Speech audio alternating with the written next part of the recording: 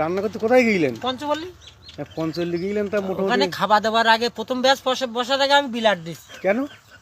কারণ ওই যা ওরা যে একের পর এক জিজ্ঞাসা করছে যে মালিক পক্ষ তরকারি কেমন হয়েছে, তা বলছে রান্নিটা কোথায়।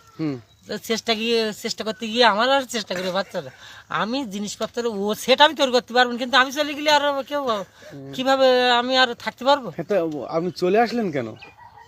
আরে দই একটা জমিন আর যা শুক্তো তরকারিতে মনের বলি ঝাল দেবে। হায় হায়, এরকম হলো কেন? আরে মাথা ধারে কাছে বাংলা খাবার লোক অত লোক থাকলে হয়?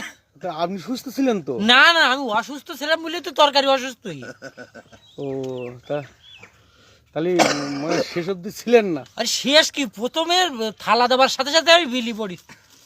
আমার ঝাঁঝরি ডাবু খুন্তি সব কেন ধরতে পারেন তো?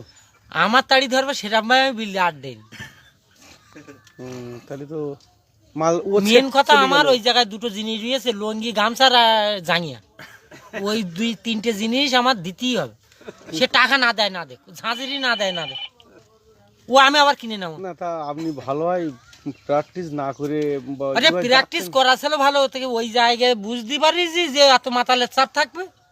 আমি শুক্তো তরকারি চাপাইছি দেখি 4-5টা বাংলাই, আমি শুক্তো তরকারিতে ঝাল দেবে। এবার প্রথম ব্যাচ যখন বুঝতে তখন আমি বিলি পড়িস, আমার ঝাঁঝরি ডাবু খুন্তি সব ওখানে পড়ে দিই, আর আমার সেই গামছা লঙ্গি আর জাঙিয়ে। আমি বিলি না পড়লে আমি থাকতাম না, বাড়িটা আমার গায়ে লাগে। মারতে পারেন তো?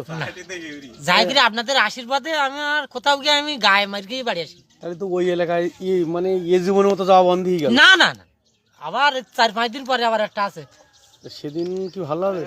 দেখা যাক ওই জায়গায় গিয়ে ওই অনুষ্ঠান বাড়ি ঢুকতে যাবে যে এই রান্নি আগের দিন শুক্তো ঝাল দিয়ে চলে গেছে, এই রান্নি আমি আবার ঢুকবো। আমি আগে থাকতে বলে দিস তো যে এখানে যেন বাংলা পরিবেশন যেন না হয়। তাহলে এটা রাইট। হ্যাঁ, যারা রবি যেখানে রাঁধতে যায় আগে চেষ্টা করে যে ওর ব্যাগে কিছু আস কিনা।